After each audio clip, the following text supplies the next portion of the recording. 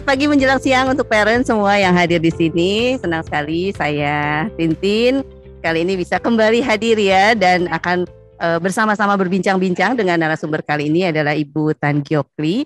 Nah, parents, sebelum kita memulai seperti 2 minggu yang lalu untuk lebih mengenal seperti apa parents dalam mendidik anak-anak, silahkan boleh mengisi link Padlet ya. Silahkan boleh diisi. Ada 4 pertanyaan di sini. Kita langsung saja. Ibu Gyokli pasti sudah cukup banyak yang kenal. Ya, karena selain juga Ibu Gyokli sering memberikan banyak sekali ya, apakah itu webinar kalau sekarang pada masa pandemi ya, juga kuliah-kuliah yang terbuka untuk umum di STTB. Ibu Gyokli sebagai Wakil Ketua 1 Bidang Akademik di STTB dan masih mengajar. Dan kali ini kita akan sama-sama belajar tentang nature, nurture, bagaimana ada konflik-konflik kan di dalamnya. Nah, boleh digali ya. Nanti juga parents boleh bertanya di kolom chat langsung atau juga boleh raise hand ya. Nanti saya juga akan coba pilihkan kira-kira pada saat Ibu Gyokli menjelaskan pun juga ada yang cocok. Nanti pertanyaannya akan kita bahas ya. Baik, saya serahkan waktunya kepada Ibu Gyokli. Silakan Bu Gyokli. Iya, baik Bu Titi, terima kasih untuk waktunya. Ini kesempatan yang sangat berharga sebetulnya ya. Iya. Karena namanya juga parents talk. Jadi sebetulnya ini adalah komunikasi untuk saling membangun karena kita melihat bahwa tantangan jadi parents hari ini, itu saya pernah tanya sekian parents yang muda-muda, saya bilang lebih susah mana sih dia orang tua zaman sekarang atau dulu? Jawabannya selalu zaman sekarang lebih susah. Kenapa ya? Ada segala udah digampangkan tapi tetap aja susah. Nah, kelihatannya susahnya karena sekarang parents harus belajar. Ya, dengan percepatan zaman, jadi kita belajar, termasuk saya juga belajar juga yang mengisi webinar untuk bantu sebisanya. Ya, karena saya sangat mengapresiasi jadi parents itu tantangannya berat. Nah, isu ini, isu nature dan nurture ini sebetulnya menjadi isu yang sangat penting dan terus-menerus dibahas. Kita mungkin secara tidak sadar atau mungkin ini apa sih ya, ada istilah-istilah yang kelihatannya kalau bicara nature tuh langsung mikirnya sulit gitu ya. Tetapi ini sebetulnya bagi orang-orang tertentu ini menjadi isu yang sangat penting. Sangat penting. Bahkan ada sekian orang yang bagaimana membantu orang tua atau anak untuk berhasil di masa depan. Nah, ternyata di dalam interaksi ini tidak mudah. Itu sebabnya harus dibahas, harus diperbincangkan, ya bahkan tanya jawab, supaya makin jelas. Oke. Nah, kalau teliti, baca-baca ya ternyata memang ini isu klasik ya. Isu klasik itu artinya melintasi zaman. Orang terus-menerus membicarakannya. Sepenting apa sih sebenarnya? Sama dikatakan ya nggak mau pergi juga ya, won't go away. Itu kenapa ya nggak mau pergi juga ya, heran ini isu. Karena apa? Nature itu diyakini sebagai sesuatu yang berharga, harta. Jadi jangan sampai harta ini terpendam, tidak dihargai atau tidak dimaksimalkan. Nah, harta ini kalau ditambah dengan pengasuhan, pola didik orang tua, ini menjadi lebih baik lagi. Jadi tapi kita harus menghargai dulu ada nature yang sangat penting. Ya.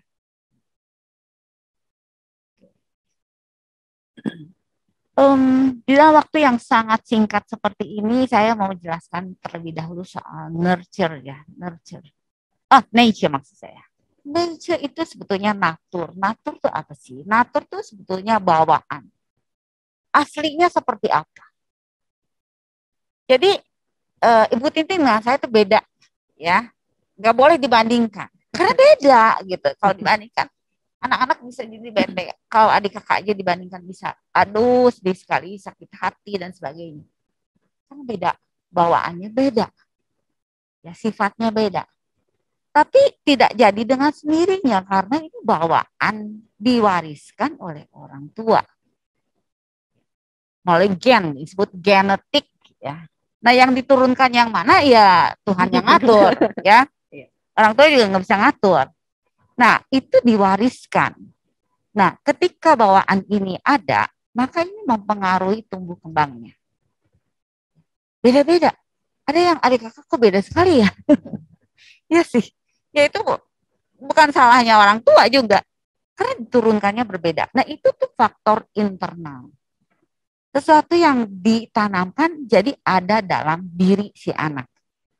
Seperti benih, ya. Benihnya apa? Kemudian setelah dipupuk, nah jadinya apa? Itu pengaruh benihnya itu seperti apa? Itu internal. Jadi nature itu sebetulnya adalah kecenderungan bawaan. Cenderungnya seperti apa? Ya. Dan juga si disebut, saya nggak terjemahkan nih karena susah ya, biological makeup. Itu entah susunan, entah struktur sesuatu yang membuat seseorang jadi individu, jadi seseorang. Ya, misalnya entah rambutnya ada yang lurus, ada yang keriting, ada yang gelombang, ada macam-macam. Itu soal rambut aja beda gitu ya. Semoga yang keriting nggak mau lurus, yang lurus mau keriting ya, gitu. Karena memang beda diberikan. Jadi natur itu mencakup apa? Bawaan, sifat bawaan.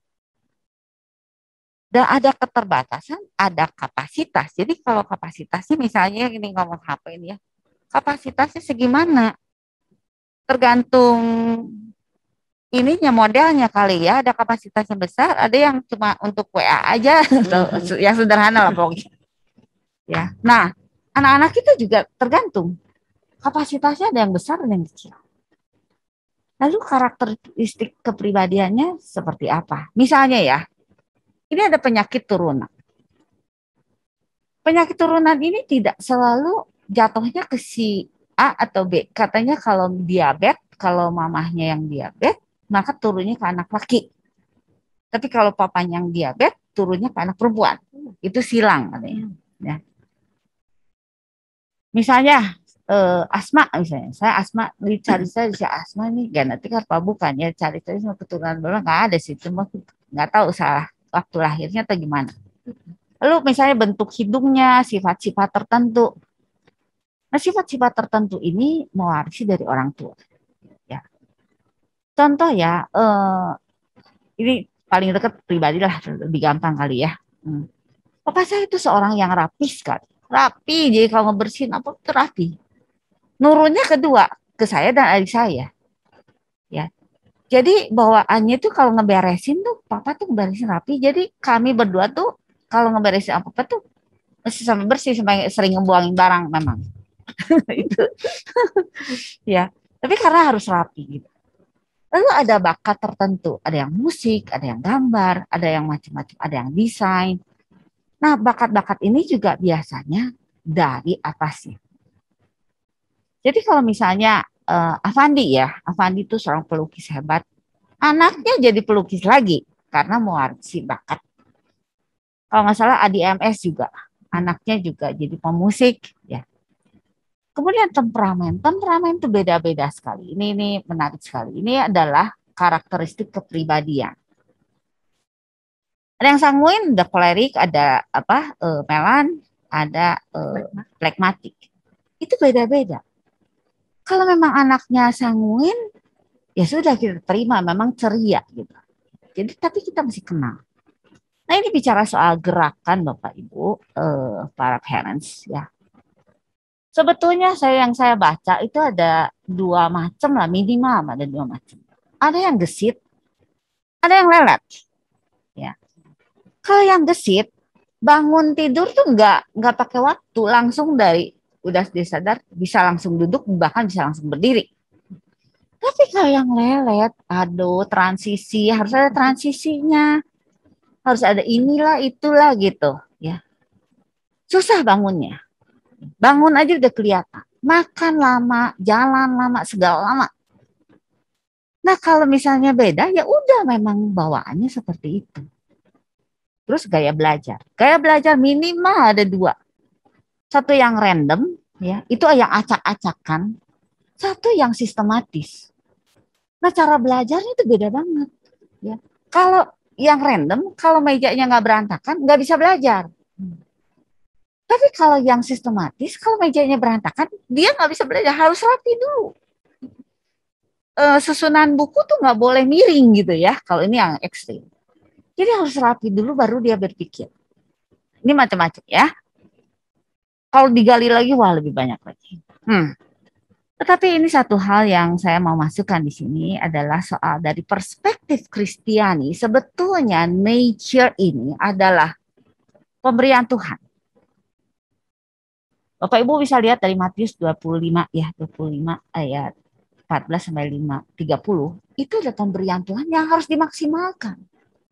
Nggak boleh dikuburkan, nggak boleh tidak dimaksimalkan, dan itu harus dipertanggungjawabkan. Tetapi itu adalah kepercayaan Tuhan. Ya, itulah nature. Nah, nurture adalah faktor eksternal. Eksternal artinya dari luar, adalah pengalaman berrelasi dengan orang sekitar, khususnya keluarga, itu sangat berpengaruh. Guru juga, ya. Di gereja kalau misalnya orang-orang tua yang Kristen itu membawa anak-anak sejak kecil, termasuk sosial budaya itu pengaruh sekali. Pengaruh sekali. Nanti dijelaskannya nanti ya. Nah, nature dengan nurture ini berinteraksi. Berinteraksi secara holistik. Jadi keseluruhannya tuh berinteraksi. Cirinya waktu dia makan tuh kelihatan. Nah, kalau orang tuanya nggak kenal kepribadian anaknya tadi yang lambat tadi, makan kamu lama amat sih, gitu ya. Gak seperti kakak kamu. Nah, udah jelas memang naturnya lambat. Nah, ketika berinteraksi dengan lingkungan dan di komen yang tidak pas, itu akan menimbulkan apa? Akan menimbulkan dampak. Bisa positif, bisa negatif. Perkataan kita kalau memang kecepatan keluar itu tanpa memahami dasar ini, itu bisa berdampak negatif. Tapi kalau pas, bisa justru berdampak positif. Nah, di dalam hal ini berinteraksi artinya eksplorasi. Eksplorasi menjelajah, bereksperimen. Sebetulnya bisa tambahkan satu lagi adalah self-direction, yaitu kemauan diri. Saya mau kasih contoh karena kemarin bicara dengan seseorang yang punya bakat pingpong. Dari kecil punya bakat pingpong. Dia punya teman-teman, nah itu kalau punya bakat tetap latihan.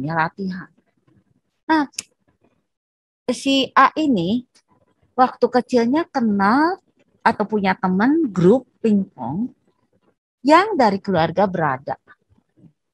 Jadi si B ini yang dari keluarga berada tuh bisa papahnya ngundang pelatih yang khusus privat gitu. Terus saya tanya, nah kalau bisa ngundang yang privat begitu apa lebih bagus nggak? Dia bilang enggak. Kenapa? Karena anak ini temannya ini kurang self direction, kurang kemauan diri.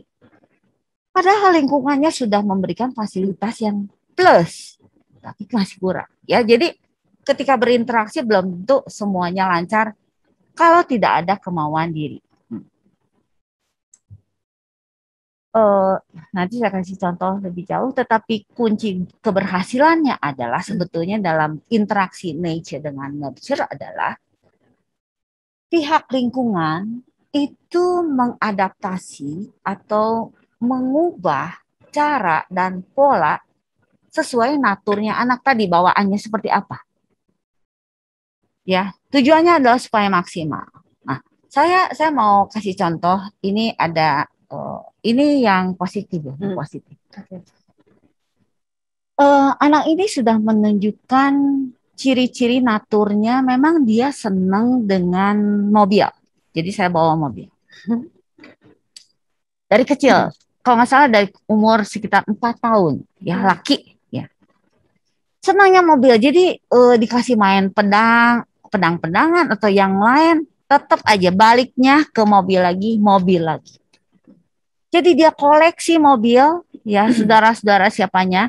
Kalau datang itu tanya dulu mau dibawain mobil mana, dia tahu mereknya. Ya. Dan kalau kemana-mana itu mau beli apa? Mau beli majalah khusus mobil. Jadi dia tahu misalnya percepatan mobil seperti apa. Ketika waktu itu saya mau ganti mobil, saya tanya dia, waktu itu dia umur 10 tahun. Wow. Sampai harganya, sampai speknya semua tahu, dan dia bisa kasih tips. Dan di umur berapa, di remaja dia udah bisa koleksi dan bisa bisnis dengan orang-orang luar negeri, itu bisnis mobil. Sekarang masuk di satu universitas untuk juga teknik mobil karena pas buka jurusan tahun ini. Ya. Nah, orang tuanya adalah tidak melarangnya tapi terus mendukung nih, anak ini memang benar nggak ya? Akan terus nggak ya senangnya ke mobil? Nah, terus diikutin ya dan didampingi dan terus difasilitasi, dan bahasa Inggrisnya juga jadi bagus banget karena sekarang apalagi dengan internet. Nah, anak ini senang sekali karena memang ke situ bakatnya. Nah, ini yang kedua nih, menyedihkan, sedih sekali. Ini anak perempuan, ya. Dari kecil sebetulnya anak ini belum kelihatan sekali bakat potensinya. Tapi anak ini cenderung memang reserve, ya, introvert, cenderung introvert. Dan bukan pemalu ya, tapi perlu waktu beradaptasi dengan lingkungan yang baru. Jadi, tapi orang tua tuh sangat bukan ambisius ya, tetapi sangat ingin membantu anaknya menemukan potensinya. Jadi pernah les tari, ya, pernah gambar. Tetapi karena anak ini gerakannya sangat lambat, bangun juga susah, jalan juga susah bangun ya, lama. Ke sekolah juga karena jauh, juga tidur terus sampai di nanti udah tempat parkir juga masih setengah merem gitu ya. Terus orang tuanya bilang, kamu tuh ya kalau lambat kayak gini mana bisa sukses. Padahal memangnya orang gesit pasti sukses? Belum tentu. Ya. Tapi dia terus di-push, akhirnya hampir depresi. Hampir depresi. Itu sampai titik yang agak bahaya. Sebetulnya anak ini pintar sekali. Pintar sekali. Ya. Sekarang dia ternyata ada seorang artis. Seorang artis, ya. Jadi seorang artis tuh biasanya memang berpikirnya harus dalam sekali, ya, dalam sekali. Makanya sesuai dengan kepribadiannya, gerakannya lama, berpikirnya lama, tetapi berpikir sangat dalam dan sangat kompleks, sangat kedalaman itu tidak semua bisa. Kalau kepribadian Samuin tidak bisa, ya dalam hal ini. Nah, tetapi itu akhirnya memang ada rekonsiliasi, tetapi melalui periode yang sangat menyulitkan. Ya semoga tidak terjadi lagi, ya keluarga bisa belajar dari hal ini. Saya rasa itu saja dulu. Ya, baik. Nah, setiap orang tua kan Bu pengen anaknya sukses ya Bu ya. Nggak ada yang nggak mau. Jadi benar. pasti apa yang dilakukan orang tua ini pun juga sebetulnya demi kebaikan anak. Betul. Ya. Tapi apakah ini sudah tepat? Begitu ya Bu ya pertanyaannya. Bagaimana orang tua bisa mengerti atau mengenali, memahami nature anaknya gitu Bu. Kalau tadi kan yang 10 tahun atau dari umur 4 tahun kan udah kelihatan terus ya Bu. Ada mungkin kan yang nggak begitu Bu. Betul. Gimana Bu? Iya. Iya betul. Saya kenal seorang hairstylist, ya. Hairstylist ini memang seorang berbakat sekali. Jadi dia menekuni bagaimana jadi hairstylist yang bisa mempercantik orang lain, bisa membuat seseorang tuh jadi baik gitu ya. Nah, ini seorang ayah, anaknya berapa orang? Tahu saya sebut lah. Ya. Tapi seorang berbakat sekali, dan dia perhatikan anak-anaknya waktu itu masih kecil. Terus dia bilang gini, iya anak saya yang kecil itu katanya tangannya halus. Ya, seorang hairstylist itu nggak boleh kasar. Ya. Aneh ya? Jadi karena saya sampai bawa nih ya, saya selalu ganti. Jadi memegang gunting sekecil ini itu nggak bisa ya kayak pegang tang gitu, nggak bisa. Ya. Dia bilang kemungkinan anak saya yang akan mewarisi bakatnya karena kelihatan dari tangannya. Nah, seorang tua, baik ayah dan ibu, sebetulnya kalau tadi secara konseptual adalah anak mewarisi dari orang tua, maka orang tua bisa mengenali diri sendiri dan perhatikan anaknya. Ini nurun kemana? Bisa dari orang tua langsung atau dari kakek nenek juga ada yang bisa turun sih. Ya, keponakan saya dua-duanya ada dua, itu nurunnya dari mama saya gitu. Kok nurunnya ke cucu ya katanya gitu ya. Jadi mungkin aja. Jadi perhatikan ciri-ciri anak dengan memperhatikan diri sendiri itu, lalu lihat tingkah lakunya, kesenangannya, gerakannya, tadi ciri-ciri tadi itu diperhatikan. Jangan lupa berdialog ya, berdialog. Ya. Setiap orang itu beda-beda. Caranya tuh mesti dipelajari. Nggak bisa sekedar maunya saya, no. Tapi coba perhatikan. Dan perhatikan itu harus dari keseharian, dari relasi, dari pengalaman, pembelajaran. Oh, anak ini ternyata begini. Jadi perlu kualitas apa yang lebih mendalam ya untuk bisa memahami anak, bukan hanya dari anak bangun tidur aja gitu, seperti apa gitu ya Bu ya. Nah, kalau tadi Ibu kan sampaikan begitu ya, ini bisa nurun dari siapa, kadang orang tua kan berpikir papa mama aja gitu ya, ketika ini kok beda banget gitu, anak siapa ini? Gimana?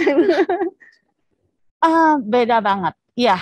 Kalau tadi dari teori bawaan lahir sih biasanya tidak jauh ya, biasanya. Kalau saya perhatikan ya, suka menarik juga nih. Kalau misionaris biasanya anak. Ya, betul. Dokter juga banyak, keluarga dokter. Politikus juga banyak. Saya tulis di buku saya sih, itu ya. Hamba Tuhan juga bersyukur. Guru juga ada. Jadi ternyata ya, anak-anak tuh melihat gaya hidup orang tua. Kalau semakin baik hubungannya, coba bisa tanya deh anak-anak.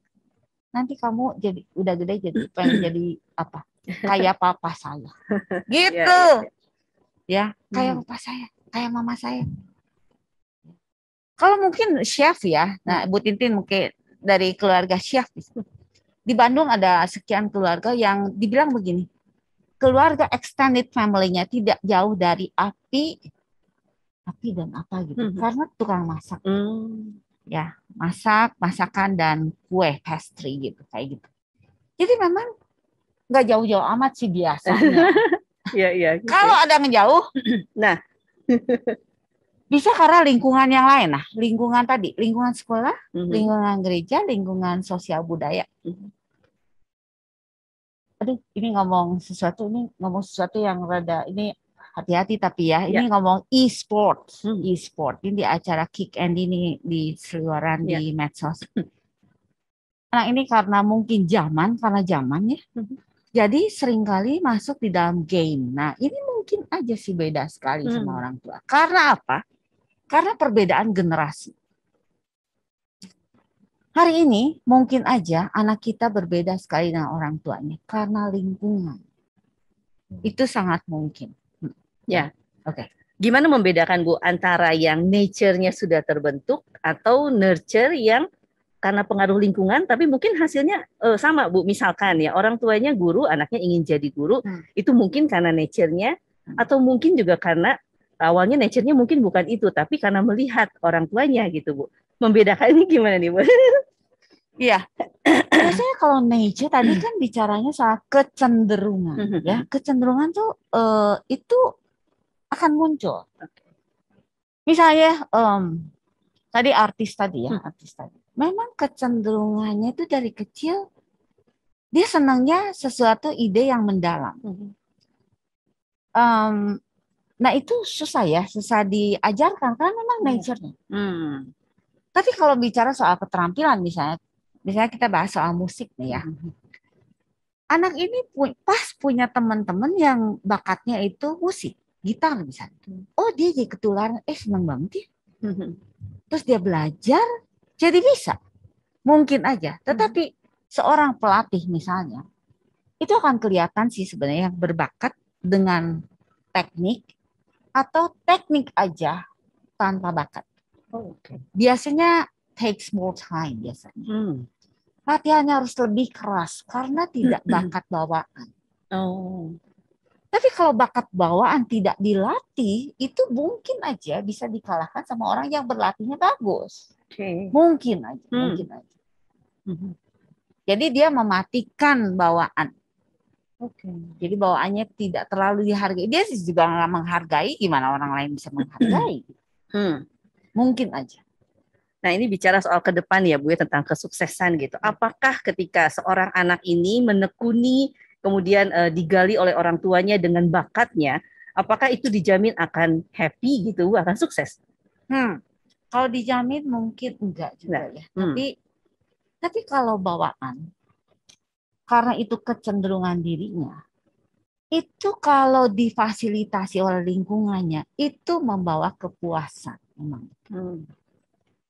Contoh real ya, ada seorang dokter terkenal berhasil, pasti secara finansial juga terjamin, tapi dia tidak bahagia karena sebetulnya dia ada panggilan Tuhan menjadi seorang misionaris, tetapi orang tuanya ngotot kamu harus jadi dokter. Jadi apa artinya sukses ya? Jadi sukses itu kalau enggak dengan kebahagiaan ya menderita lah. Dan sukses kadang-kadang menurut pemikiran misalnya orang tua atau tuntutan orang tua atau lingkungan yang lain.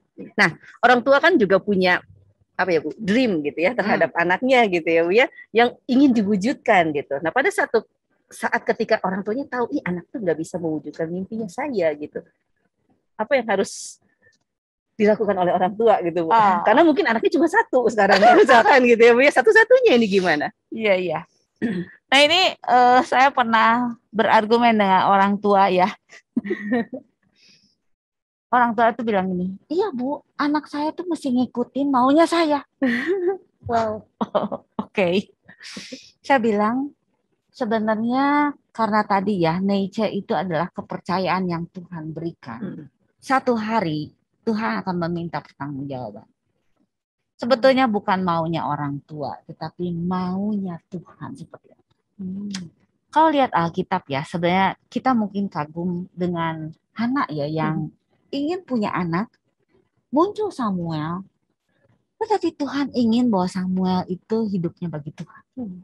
Jadi dia relakan yang didoakan lama. Muncul Samuel, udah imut-imut juga. Aduh, lucu banget ya. Tapi ketika Tuhan panggil, dia tahu ini bukan. Ini bukan milik saya. Maksudnya ini harus dipersembahkan bagi Tuhan. Itulah kebahagiaan sebetulnya. Itulah sukses. Suksesnya orang tua gitu. Suksesnya orang tua, suksesnya anaknya. Betul. Oke. Jadi cocok dengan webinar kita yang 2 minggu lalu ya. Anakku bukan anakku, dalam arti memang ini adalah anak yang harus kita pertanggungjawabkan sama Tuhan ya, Bu ya. Betul. Nggak bisa anaknya dikungkung begitu oleh keinginan kita gitu, atau mungkin kita memberikan nurture yang nggak tepat gitu ya. Contoh satu lagi mungkin. Silakan Bu. Karena ini udah di YouTube ya, di YouTube, jadi wawancara dari Mary Riana kan. Oh iya.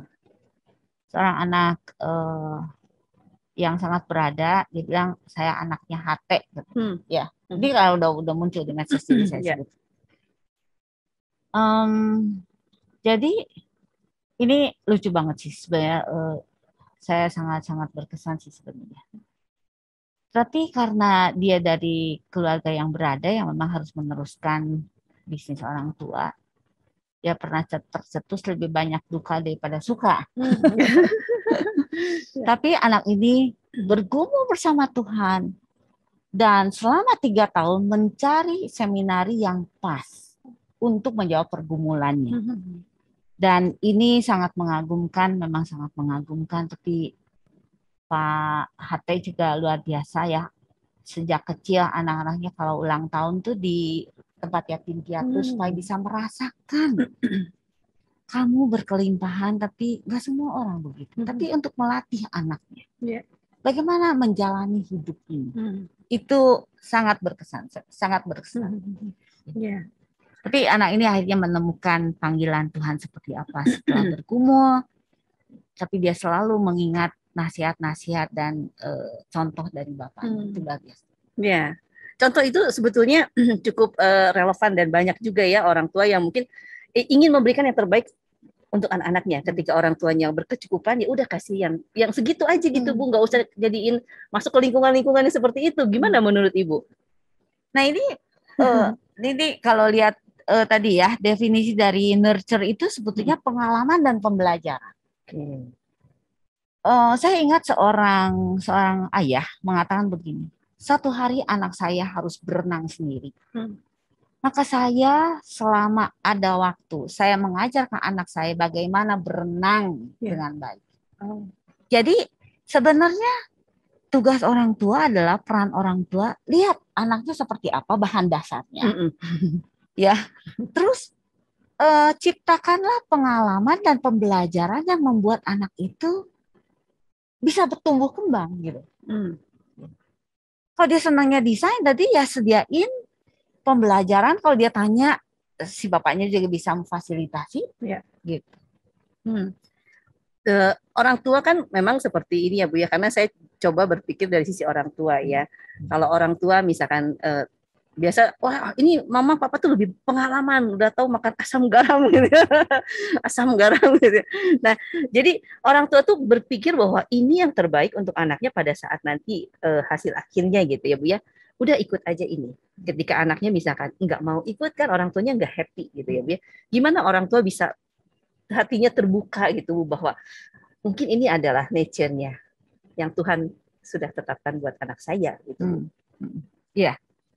Di sini mungkin perlu memang setiap orang tua Kristen perlu memang memahami bahwa tadi orang tua adalah sebetulnya wakil Tuhan untuk membantu anaknya, walaupun mewarisi memang tadi nature dari diturunkan melalui orang tua, tetapi posisi orang tua memang adalah bukan yang terakhir, bukan final, bukan. Ya.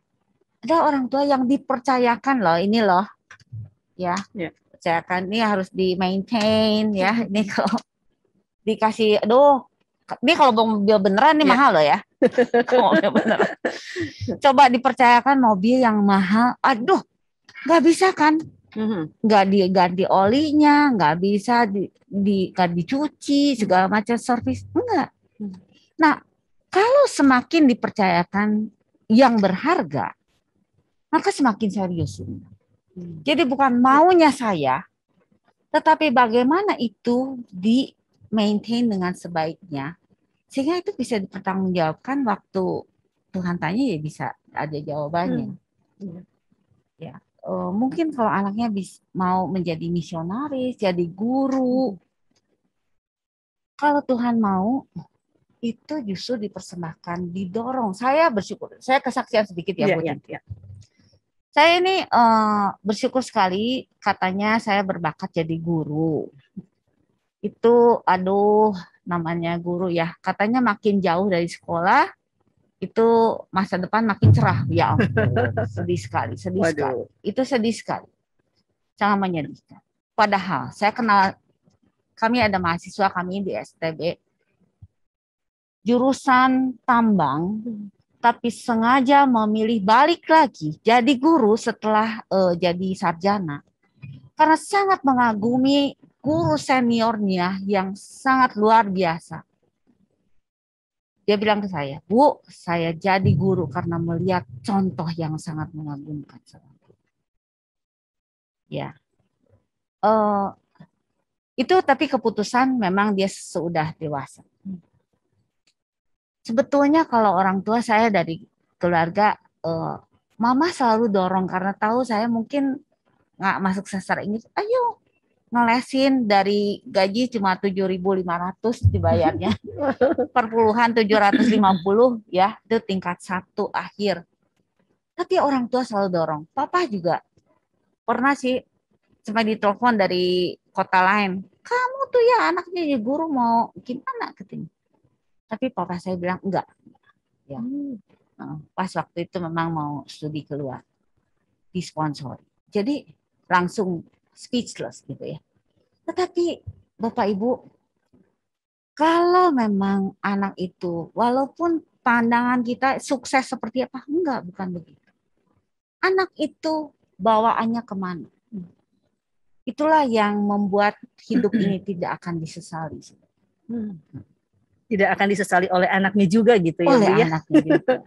Nah, kalau ada parents yang mau bertanya, silakan ya. Mau bertanya langsung juga boleh raise hand ya, atau juga melalui chat juga boleh.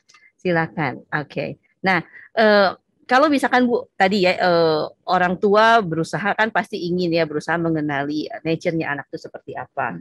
Kemudian membinanya, membimbingnya, mendidiknya dengan nurture yang baik dan hasil akhirnya itu pasti setidaknya akan ideal gitu ya Bu ya, happy gitu ya.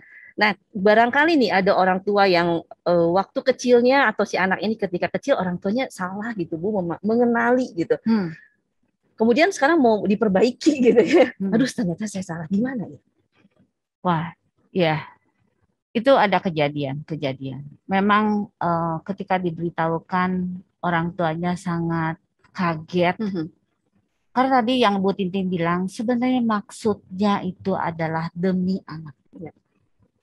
Tapi ternyata loh kok salah caranya gitu ya. Yang tadi itu sebenarnya maksudnya supaya kamu tuh jangan terlalu lelet gitu ya. Gesit sedikit gitu. Nanti kalau kerja juga kan nggak bisa terlalu lambat. Ya. Maksudnya orang tua sangat betul. Ya.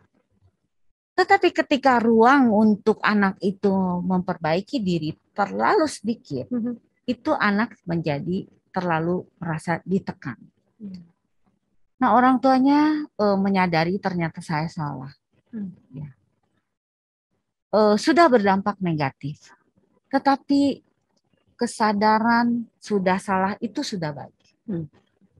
Bisa konsultasi dengan yang lain-lain, bagaimana sih memperbaiki? Ya mungkin nggak tahu ya apakah ada yang memang fatal ya. Tapi setiap orang bisa salah. Setiap ya. Menjadi manusia adalah belajar dari kesalahan.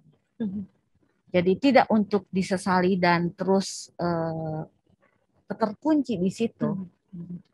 Tapi saya rasa akan selalu ada ruang untuk memperbaiki. Justru makanya isu ini kita bahas juga karena bisa memunculkan kesedihan, tapi semoga tidak memunculkan penyesalan yang tidak berorientasi ke depan. Jangan berhenti di situ, kita belajar. Kalau bisa belajar sedini mungkin, kalau bisa tidak mengalami hal yang memang fatal, kalau bisa. Ya. Nah, kalau sekolah kan banyaknya untuk anak-anak gitu ya, Bu. Untuk orang tua kan nggak ada sekolahan gitu. Untuk menjadi orang tua kan, kalau ada itu pasti orang tua akan hebat semua gitu ya. Dan inilah bentuk dari kita belajar ya sebagai orang tua. Nah, apakah memang di usia SMP ini saat yang tepat gitu Bu untuk mengenali nature dan nurture-nya, atau harus dari kecil banget yang nature itu gitu Bu? Gimana? Tadi kalau yang tadi share screen ya, yang terakhir itu kan sebenarnya lingkungan itu paling berpengaruh tuh keluarga dan bisa terus mengadaptasi dan memodifikasi. Kalau bisa eksplorasinya itu sedini mungkin. Oke. Ya. Jadi misalnya kalau lihat ada fenomena, ada kecenderungan, misalnya ini anak kayaknya ke musik. Dan dicobain musiknya yang mana? Ya, terus kalau udah kelihatan, kok bagus ya? Tanya ke gurunya. Karena kalau gurunya kan kebanyakan ahli-ahlinya kan. Di sini ada sekian guru nih, ya sesuai dengan bidangnya. Ada misalnya nyanyi kan lagi kecil suka digilir nyanyi. Kok memang bagus ya? memang senang tampil, lucu banget gitu. Iya. Itu memang dari kecil memang suka tampil, seneng banget dilihat orang.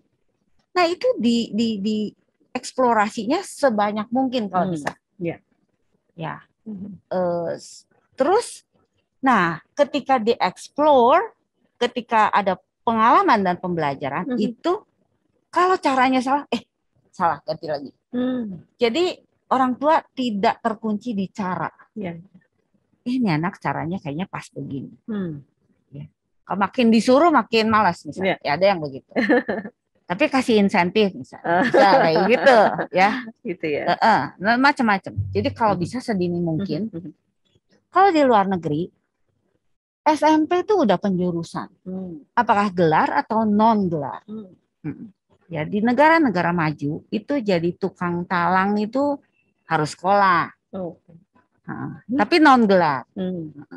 Ya, jadi ada jurusan-jurusan memang nggak mengejar gelar. Tapi anaknya memang ahli di situ. Ya, jadi sekarang dengan adanya banyaknya SMK sebenarnya baik sekali. Saya sering mendorong orang tua kalau anaknya memang udah kelihatan bakatnya mau khusus, kita langsung SMK aja, nggak usah SMA.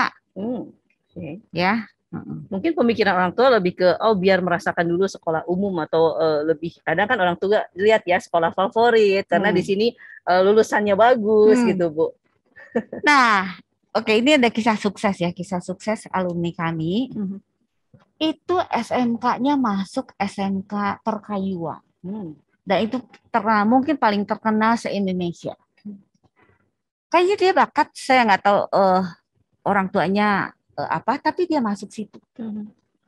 Ketika lulus, kemudian masuk seminar, masuk STB. Dia dipikir mungkin ada panggilan di hamba Tuhan, tapi balik lagi ke sana. Dia tidak menyesali karena sampai sekarang menjadi ketua lembaga, ketua majelis, tapi tidak full time hamba Tuhan. Menjadi pebisnis, pemasok bukan ya, kayak Pak Jokowi soalnya, mebel soalnya, yang mensuplai barang-barang hotel dan hotel bintang sekian.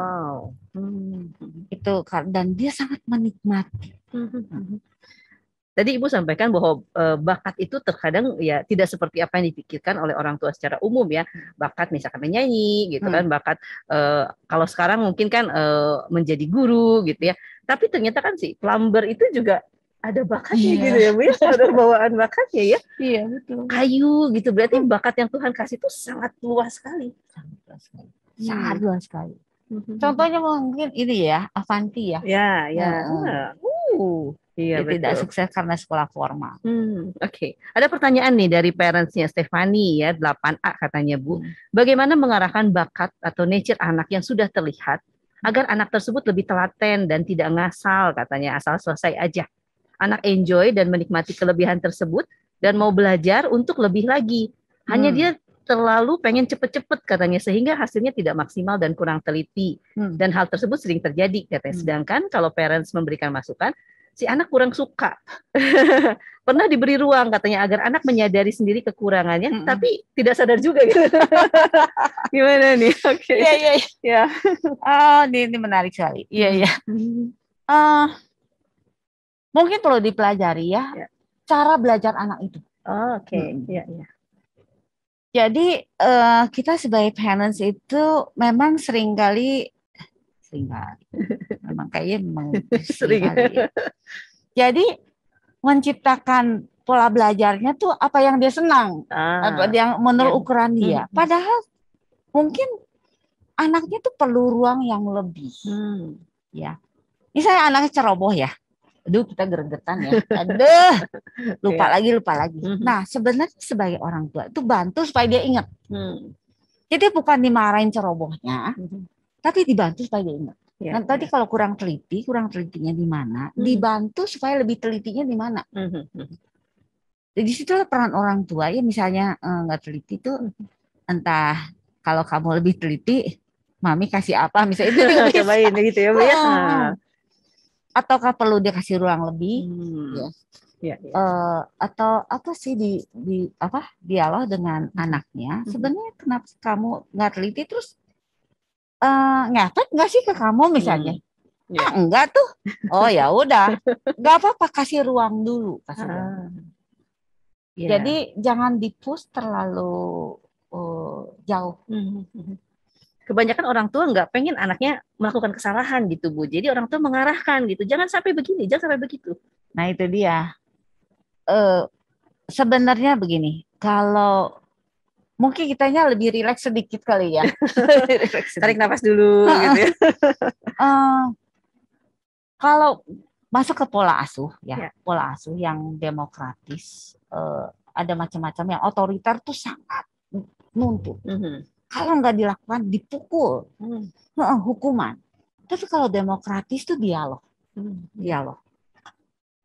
Kamu kalau misalnya ceroboh terus, ceroboh ya, tadi nggak teliti apa sama dengan ceroboh ya. Iya. Dialog, kalau kamu ya satu hari nanti kalau kerja kalau begini tuh kira-kira tegur nggak ya kalau sama orang lain? Kayaknya sih ditegur ya. Terus gimana? Kamu ada apa? Jadi diajak dialog, apalagi udah kelas 8. Sebenarnya dari kecil juga bisa diajak ngomong sebetulnya. Ya. Terkadang orang tua masih berpikir masih anak-anak gitu ya, udah aja dicariin yang bagus aja deh. Gitu. Belajar sabarlah. Saya dengar ada seorang ibu, aduh Bu, saya greget banget sama anak saya, leret sekali. Tapi setelah belajar di kelas, oh iya Bu, ya saya masih lebih sabar sama anak saya. Jadi berarti orang tua tuh harus mengenali nature-nya apa, kemudian juga tahu anak itu cara belajarnya seperti apa, begitu ya Bu ya. Jadi jangan berpikir bahwa oh ini nature-nya udah, terus kita cekokin terus gitu ya. Kemudian dengan cara yang kita nggak kenal gitu, bahwa si anak itu tuh bukan gitu caranya gitu ya Bu ya. Ada contoh lagi banyak, silakan Bu, silakan. Banyak, menarik sekali. Karena ini seorang dosen. Ya. Cara ngedidiknya sama istrinya tuh beda. Oke. Sampai cerita ke saya, Bu, ini ya kalau saya sih senengnya bawa anak tuh keluar rumah. Di taman, jadi bisa belajar semut tuh diliatin, semut lagi jalan ketemu bisa salaman tuh kelihatan. Kalau istri saya maunya di rumah, di ruang belajar, duduk di situ, berantem lah suami itu. Oke. Mestinya tuh ditanya cara belajarnya, anaknya senengnya yang mana. Oke. Bukan kesukaan orang tua. Nah. Oh, jadi harus mengenal ya Bu ya. Belajar take and give. Banyak orang tua yang saya sendiri pun juga baru paham gitu Bu, kalau ternyata cara belajar itu penting untuk nurture nantinya gitu ya Bu ya. Nah, ada apa ya, standar umum gitu yang dimengerti bahwa belajar itu harus duduk diam gitu Bu. Ya, sedangkan apalagi sekarangnya anak-anak gitu Bu di depan laptop gitu ya, harus duduk diam memperhatikan berjam-jam gitu Bu. Dan orang tua pada saat ada anaknya yang nggak mau diam, kamu duduk diam ya. Itu apa membuat anak tersiksa nggak Bu? Bisa tersiksa, sangat. Ya ketika satu hari training saya entah di Bintang Mulia atau Trimulya ya saya lupa. Kalau anak pola belajarnya kinestetik, makanya di Bintang Mulia sampai hari ini nih pas SMP ya. Kalau di TK kan ada ruang cerdas tangkas itu sebetulnya ada anak-anak kalau belum capek, belum bergerak tuh nggak bisa mikir. Cuma masuk kelas ya ada wangi-wangian. Iya. Tapi sengaja dibuat capek dulu.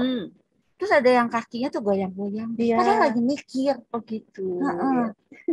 Ada yang harus lihat. Nah, cara kinestetik. Saya cerita tentang suami saya kali ya. Suami saya tuh cara belajarnya kinestetik. Dia suka masak, hobi. Jadi kalau ke restoran itu, kalau yang dapurnya ada kacanya, dia akan lihat di situ gimana sih caranya, gitu. Dan itu sangat efektif, langsung bisa hafal tanpa ada penjelasan. Cara orang itu udah langsung belajar maksimal sekali. Daripada dijelasin, baca, lihat ini. Bisa. Nah itu yang kinestetik gitu ya. Tapi apakah guru-guru tahu gitu bahwa ada anak yang seperti ini dan bagaimana treatmentnya ketika berbeda dengan anak yang lain? Iya itu.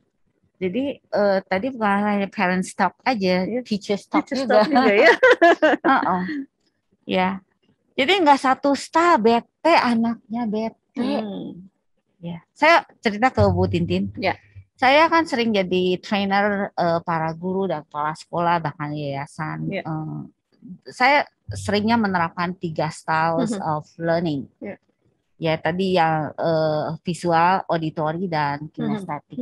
Jadi dilibatkan ada gerak, ada lihat, ada dengar.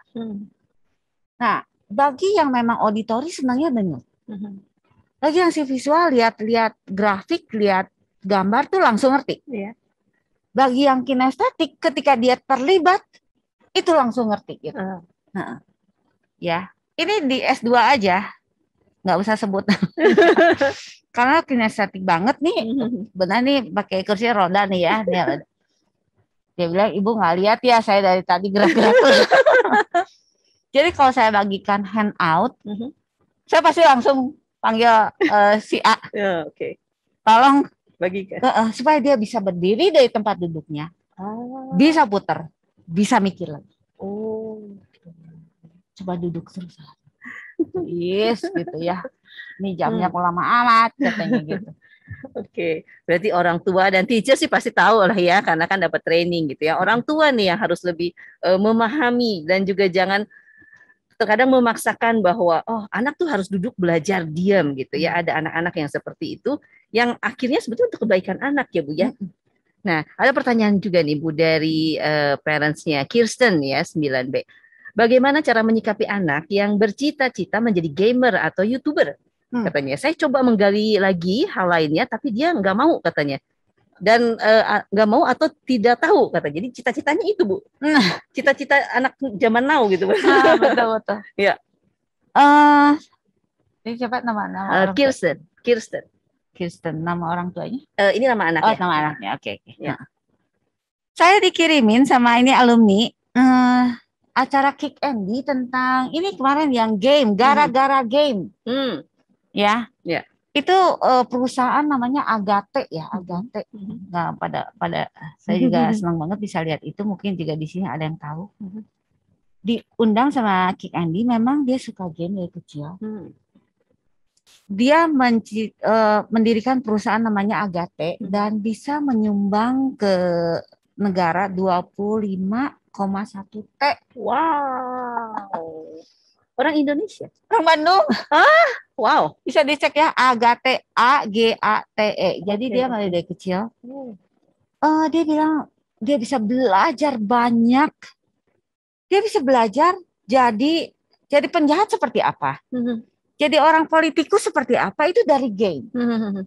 Ya, jadi dia bilang nggak usah saya mati dulu baru tahu mati seperti apa.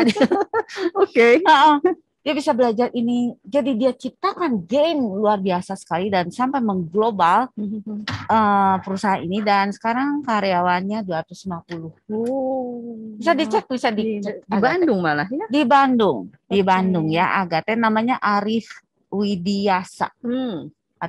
Masih muda, di bawah 30 tahun. Tapi amazing sekali dan dia melalui pendidikan dia ingin sekali katanya anak Papua, anak Aceh itu belajar sesuatu dari game. Jadi nggak ada yang salah ya Bu dengan pilihan anak yang mungkin menurut orang tua tidak biasa gitu Bu. Apalagi zamannya seperti ini. Tetapi mengenai e-sport, kemarin saya ditanya mengenai e-sport. Ini mungkin harus ada pembahasan khusus karena e-sport itu adalah menembak terus ya. Diakui oleh Pak Renal Kasali, jadi ada memang efek-efek tertentu memang betul ada. Ya. Yang dimunculkan pasti orang-orang yang sukses, tetapi kalau yang berekses negatif itu kadang-kadang tidak diekspos. Ya nanti tahu-tahu udah kecanduan, udah apa. Jadi orang tua tidak mudah, sekali lagi tidak mudah, tetapi tambah dijudge, tambah dijauhi, itu makin jauh. Perbedaan antar generasi sekarang makin tajam. Itu sebabnya jadi orang tua zaman sekarang jauh lebih susah daripada sebelumnya. Berarti betul ya Bu ya? Lebih susah Bu sekarang? Lebih susah. Itu saya udah tanya sekian orang. Jadi kalau punya anak jangan 9 kayak dulu ya, apalagi 12, jangan 2 juga udah pusing katanya, udah mau pingsan. Tapi salut ya dengan orang tua zaman dulu ya Bu ya, yang anaknya banyak gitu ya, bahkan banyak di antara mereka juga berhasil gitu Bu. Iya. Mungkin karena tidak terlalu terekspos. Ya, sekarang anak-anak bisa temannya dari Thailand, dari Eropa. Kapan kamu pernah ke sono, temannya udah di mana-mana. Apalagi kalau bahasa Inggrisnya bagus. Iya. Udah seluruh dunia. Wow, terbuka begitu ya Bu ya. Dan mungkin juga ini akhirnya yang membuat anak-anak parents gitu di sini punya cita-cita yang juga sangat beragam akhirnya. Ya, asalkan memang kita tahu gitu. Tapi Bu, apakah gitu ya? Ini saya jadi bertanya juga. Ini kan sekarang, masa sekarang gitu ya. Kalau bicara soal nature, ini kan yang Tuhan sudah tentukan. Apa sih nature ini ngikutin dengan perkembangan gitu Bu? Oh, ini menarik. Iya. Sebetulnya kan kita hadir di zaman kita dengan karakteristik zamannya. Kemarin Rena kasih lihat bagus. Setiap 3 miliar jumlah penduduk terjadi disrupsi. Ini penduduk dunia kan sekarang udah 7,9 miliar. Nah, apakah sekarang namanya disrupsi itu udah di mana-mana ya, banyak sekali perubahan job yang tadinya ada, kok sekarang bisa hilang. Ada sih yang melintasi zaman, tapi banyak yang hilang. Nah, jadi nggak bisa kita tuh bicara dulu. Dulu nggak bisa. Ke depan seperti apa dan bagaimana di zamannya melakukan kehendak Tuhan dan tetap maksimal di zamannya. Itu yang paling penting. Memang kita pernah nggak ditanya mau pilih zaman yang mana? Mau di zaman revolusi atau mau di zaman batu? Ya apa? Pasti kita nggak bisa survive ya Bu ya? Iya, Tuhan kasih kita hidup di zaman ini dengan masing-masing kesulitannya, tetapi masing-masing kesempatan untuk berkarya begitu. Berarti kita juga harus berpikir anak kita sekarang itu akan harus siap di zamannya nanti gitu. Betul, ya Bu ya. Sekali. Mempersiapkan untuk masuk zaman. Bukan dengan pemikiran kita di zaman sekarang gitu ya. Bukan. Contoh misalnya di Kompas pernah waktu kemarin ya. Jadi misalnya partai-partai untuk merangkum generasi Z itu harus merubah polanya. Jadi menyesuaikan zamannya. Semua sekarang kepolisian contoh ya kemarin juga itu mengubah kurikulumnya untuk menyesuaikan dengan generasinya. Generasi yang maksudnya yang sedang dididiknya. Jadi kita sebagai parents, sebagai pendidik harus terus beradaptasi, ya, harus terus update, bukan terbawa arus bukan, tetapi menjadi pengarah, trendsetter. Karena Tuhan akan memimpin zaman, Tuhan berjalan di depan, memakai orang-orang yang selalu ingin mewujudkan kehendaknya di zamannya. Ya. Nah, ada pertanyaan lagi nih dari orang tuanya Marcella Cheryl ya. Dari 7B katanya masih melanjutkan tentang gamer atau YouTuber Bu. Langkah apa yang harus diambil untuk SMA nanti katanya melihat jurusan SMA masih terbatas. Iya memang. Jurusan di Indonesia termasuk nama mata kuliah di Indonesia masih jauh tertinggal dibandingkan negara maju. Tetapi keberhasilan bukan karena sekolah formal aja sebenarnya ya. Sekarang masih banyak program non formal, bahkan informal juga sebenarnya. Kalau misalnya nature-nya sangat khusus, itu coba pakai yang online. Sekarang terbuka. Ya, kemarin rapat dengan pemimpin se-Asia ya. Dibilang dengan pandemi malah ya. Itu dari mana-mana bisa mengakses. Ya, saya pikir juga dulu ya, walaupun studi di luar, kalau mau ngambil mata kuliah di mana, mesti jauh-jauh, walaupun dari Southern California aja, tapi tetap harus drive gitu. Sekarang nggak usah, saya bisa lihat kuliah di Harvard ya, nggak pernah kuliah di Harvard, bisa ikut kuliah di Harvard, bisa. Ya, jadi sebenarnya ya. pembelajaran sekarang sangat terbuka. Dengan adanya YouTube, justru anak bisa belajar kalau dia memang berbakat sekali jadi YouTuber. Dan dia punya konten, dia punya isi, dia punya sesuatu yang mau dibagikan kepada dunia, itu terbuka sekali. Justru lengkapilah anak kalau bisa ke situ. Berarti Tuhan mau memakai dia dengan scope global YouTuber. Itu amazing sekali. Tapi jangan sampai membawa racun ke dunia. Betul-betul. Ya, tapi lengkapilah anak. Berarti ketika kita sudah tahu si anak ini bakatnya apa, kemudian suruh anak ini experience gitu ya di situ ya Bu ya. Coba pengen tahu kalau mau jadi YouTuber itu mau bikin apa? Iya, betul. Bikin gitu ya, yes. Mau bikin apa? Mau menyampaikan apa sih YouTube itu seperti apa? Apa yang diketahui gitu ya tentang YouTube? Supaya kamu terkenal aja, atau kamu bisa justru belajar. Nah, yang Agate tadi, dia mau pakai game untuk membawa pendidikan bagi orang-orang yang tidak bisa akses lain, tapi gamenya bisa nyampe kemana-mana. Ada yang pakai bahasa Sunda, lucu banget itu sampai ketahuan. Gamenya pakai bahasa Sunda, lucu banget. Iya, kita berarti nggak tahu ya rencana Tuhan ke depan itu seperti apa tentang anak kita gitu ya Bu ya. Bahkan ketika mungkin digali si anak kita punya misi yang sangat jauh gitu. Iya. Coba deh lihat bener yang acara Kick Andy, lucu banget. Itu amazing sekali. Anak muda dipakai. Kalau dia, saya nggak tahu Kristen atau bukan, saya nggak terlalu jelas, memang nggak dia. Tapi dia diundang sebegitu rupanya. Benar-benar melalui gamenya mengglobal. Nah, ada pertanyaan lagi nih Bu dari orang tuanya Kaila 7B katanya ya. Kalau anak sudah terlihat bakatnya menyanyi dan tampil gitu ya Bu ya, perform, tapi untuk kedepannya menurut orang tua cukup sebagai hobi saja. Sedangkan bakat lain yang lebih baik dikembangkan karena bisa menghasilkan uang dan kepuasan. Salah nggak Bu orang tua punya pandangan seperti itu? Ya, saya mau cerita tentang Adi MS kali ya. Ya. Adi MS terkenal sekali. Tapi sebelum dia menggeluti sebagai pemusik, dia bergumul dengan ibunya, karena dia pernah sharing, pernah diwawancara. Ya, Adi MS luar biasa sekali. Dia sangat berbakat di musik. Akhirnya dia tetap mengikuti apa yang dia inginkan sebagai pemusik. Walaupun ya mungkin aja mamanya bergumul, kamu mau cari uang dari mana, ya. Tuh lihat mana penyanyi yang sukses atau apa. Nggak begitu sebetulnya. Banyak yang bisa dengannya menyanyi bisa memuji Tuhan, bisa memperkaya orang lain. Tentu saja dia juga diberkati Tuhan. Ini biasanya pengaruh budaya. Nah, ini tadi ya, lingkungan tuh termasuk sosial budaya. Biasanya suku-suku tertentu tuh kalau jadi pelukis tuh nggak ada masa depan. Gitu ya. Nggak boleh. Iya, saya punya saudara tuh pengen jadi pelaut. Nggak. Mamanya bilang no. Langsung no, nggak mikir kedua kali.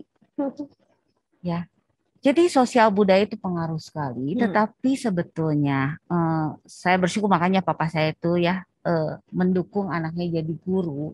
Walaupun direndahkan orang lain. It's fine. Tapi orang tua punya prinsip. Ya. Kalau memang anaknya memang suka menyanyi dan berbakat sekali, itu bisa Tuhan pakai luar biasa. Luar biasa. Jadi tujuan akhirnya memang kalau untuk budaya tertentu tujuannya untuk cari uang. Nanti cari uang untuk apa? Nanti ujung-ujungnya untuk ngopi di pantai. Ngopi di pantai nggak usah punya banyak duit dulu. Ya. Tetapi anak itu sudah memaksimalkan potensi yang Tuhan berikan. Jadi bukan orang tua punya harapan supaya ini bisa menghasilkan uang, karena kita percaya bahwa Tuhan pasti akan memberikan itu ketika anaknya sudah ada di on track gitu ya, kehendak Tuhan gitu ya. Iya. Cari uang nyanyi malah lebih banyak.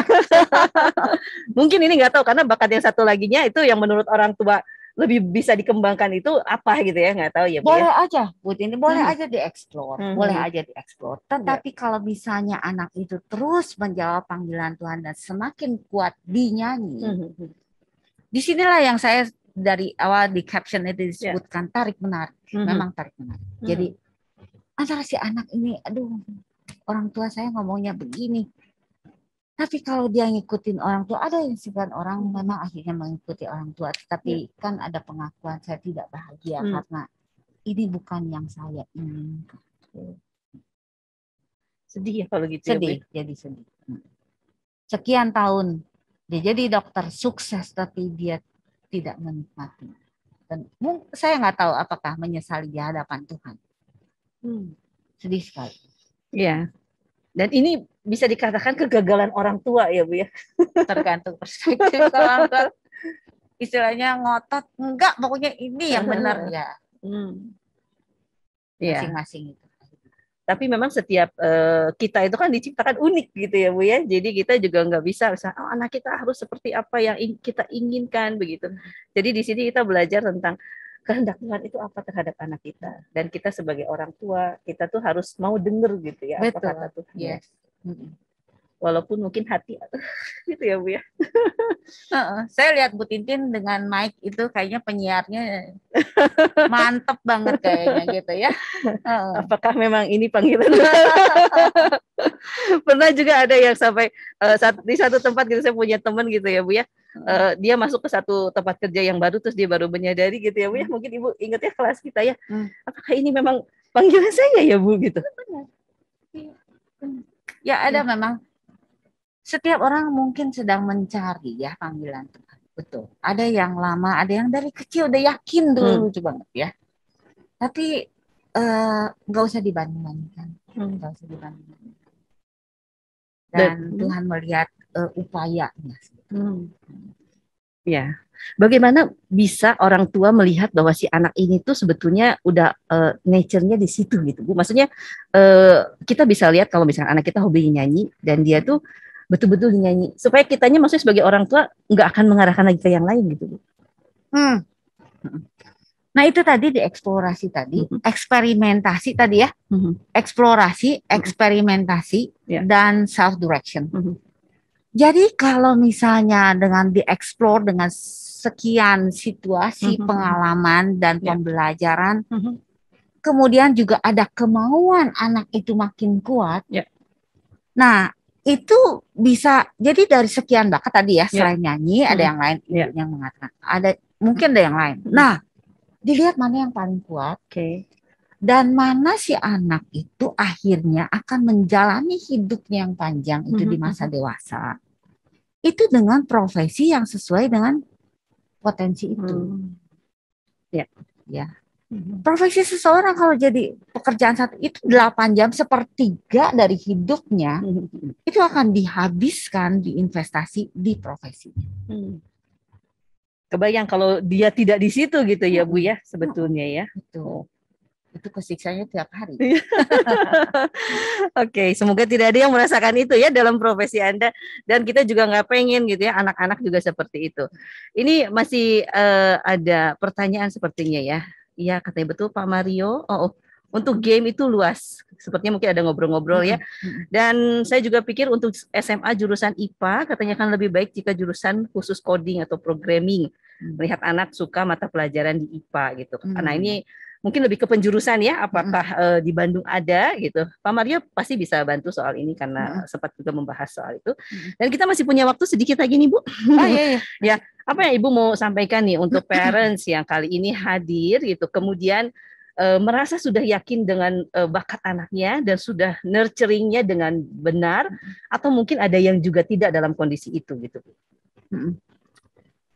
Ya, semoga melalui sesi ini sih jadi orang tua lebih menyadari bahwa setiap hari itu sebetulnya jadi pengamat. Jadi kreator, jadi pencipta pengalaman pembelajaran untuk mengamati apa sih nature si anak itu seperti apa. Seorang pernah mengatakan begini, seorang remaja ya karena dia jengkel mungkin, ini jarang si anak mengatakan begitu. Nggak cukup 15 tahun untuk mengenal anaknya. Oh walah, saya pikir. Dia mungkin itu ungkapan isi hati karena dia ingin dikenal oleh orang tua. Sebetulnya ingin dikenal oleh orang tuanya. Inilah saya. Ada seorang nenek mungkin sebut neneknya udah, tapi tetap nggak kenal juga anaknya. Adatnya seperti apa, itu tetap nggak mau ngerti anaknya. Itu kesedihan. Jadi nikmatilah setiap hari, karena apalagi anak sendiri. Tetapi untuk saling mengenal. Karena anak juga sebetulnya bukan maunya sendiri, anak juga ingin sih. Sebenarnya anak juga perhatiin, papa mama tuh sangat mengagumkan dengan semua usaha untuk anak-anaknya. Kalau bisa saling mengenal dan saling memaksimalkan, itulah kebahagiaan keluarga. Jadi bukan saling menuntut maunya saya, tapi saling mengenal, saling memfasilitasi supaya semuanya itu tumbuh kembang maksimal. Itu yang diharapkan. Tapi banyak orang tua yang sibuk gitu Bu sekarang. Gimana ya bisa mengenal lebih mendalam gitu Bu? Iya, sibuk tuh betul sibuk. Tapi sebenarnya kadang-kadang bagaimana orientasinya. Di dalam kesibukan justru, oh iya saya jadi belajar ini ya. Jadi orientasi lihat anak tuh, oh anak saya kok kayak seperti ini. Jadi ketika bersama-sama khususnya, atau misalnya sekarang pakai Zoom atau whatever lah, sekarang bisa pakai telepon, pakai mana apa aja. Tapi tetap perhatiannya adalah untuk mengenalkan. Oke. Dan anak juga untuk memahami orang tua. Itu nggak bisa satu arah ya. Ini disebut bidirectional, artinya ketika berinteraksi dengan lingkungan itu arahnya dua arah. Dan interaksinya secara holistik jadi seluruhnya berinteraksi. Ini lebih kaya sebenarnya. Jadi di dalam kesibukan pun tergantung orientasinya, apakah untuk saling mengenal atau justru untuk memaksakan diri. Oke. Baik, terima kasih banyak ya Ibu Giokly. Kalau bicara soal anak pasti akan banyak sekali yang ingin kita gali gitu ya. Mungkin nanti lain kesempatan kita bisa ngobrol-ngobrol lagi ya Bu ya. Thank you juga ya untuk parents dari sini yang sudah hadir. Terima kasih banyak. Dan untuk SMP Bintang Mulia ya yang sudah mengumpulkan kita di sini untuk sama-sama belajar bagaimana memahami nature dan juga nurture. 2 minggu yang akan datang kita juga masih akan ada satu topik pembahasan yang menarik dengan Ibu Sylvia Wiguno tentang ini keinginan anak atau ambisi kita. Waduh, ini lebih berat ya. Ya, tapi itu saatnya kita untuk lebih mengenal diri kita sendiri sebagai orang tua. Nah, kita mau doa penutup, minta kesediaan Ibu untuk tutup dalam doa dan mendoakan parents di sini Bu yang mungkin sedang bergumul. Baik, mari kita berdoa.